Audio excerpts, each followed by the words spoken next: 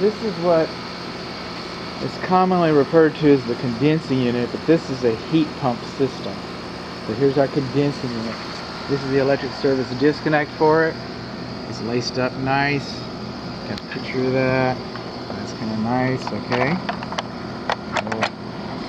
We'll get this put back together. We will. Just don't want to forget it. Don't go anywhere. I'd say it's a heat pump system. And we're coming along here. We've got the right type of insulation on the refrigerant piping. We've got the right type of Schrader valve caps. So on the exterior, this is pretty much of an ideal installation. It could be a little farther from the structure, but we don't have that much wall. It's probably not going to get much better than this. But what a heat pump is, and a lot of people don't understand, it's 50 degrees outside. And right now it's running in the heat mode. And the reason why it's running in the heat mode is because it's 50 degrees outside. We don't have 50 degrees of cold. Okay, we have 50 degrees of heat. It feels cold to us because our bodies are at 98 degrees temperature. So the amount of heat outside available to us is less. And so we have the sensation of being cold. There's no such thing as cold. You don't have a hot thermometer and a cold thermometer. So what this unit's doing right now is it's dragging the air, the 50 degree air, in these coils and extracting that much heat out of it and moving that much heat into the structure. In the summertime, it'll be the other way around. It turns around in reverse. It'll be dragging the heat that's accumulated inside of the structure coming out here. You put your hand over it, and right now, that feels cold. It's not cold. There's no heat here because it's extracted the heat from around us, so it feels colder. All right. In the summertime, you will feel more heat because it goes into, it has what's known as a reversing valve. Now, on occasion, these things, because they are heat pumps, they will freeze up.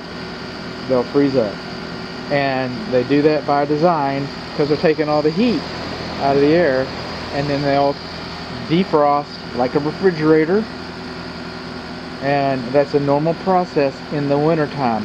That is an abnormal process in the summertime. Not supposed to do that in the summertime. Will only on occasion in the wintertime.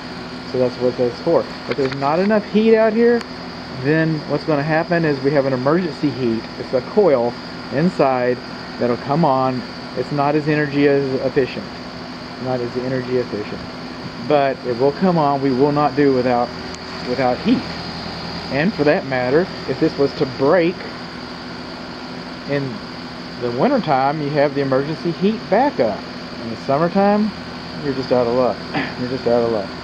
You say, man, I'm going to run that thing all the time. My air conditioning bills are high. Well, in certain parts of the country, our gas bills are high. Everywhere now, right? Okay. It's because up north, they have less heat. And down here, we have heat. So we run our air conditioners more often than they do up north.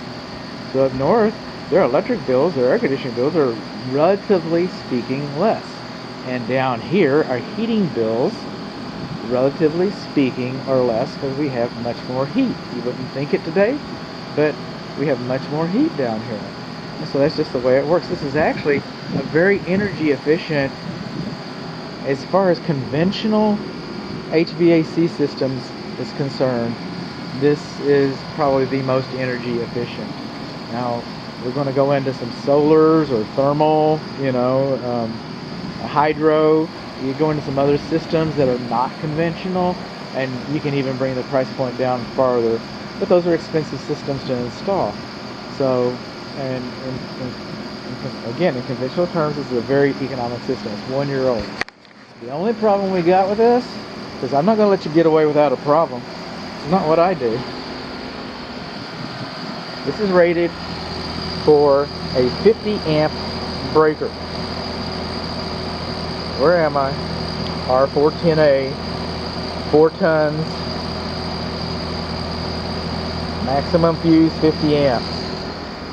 Okay, we're coming on along.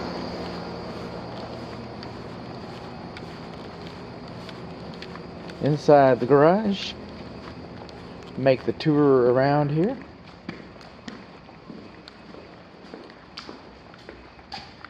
Read the label.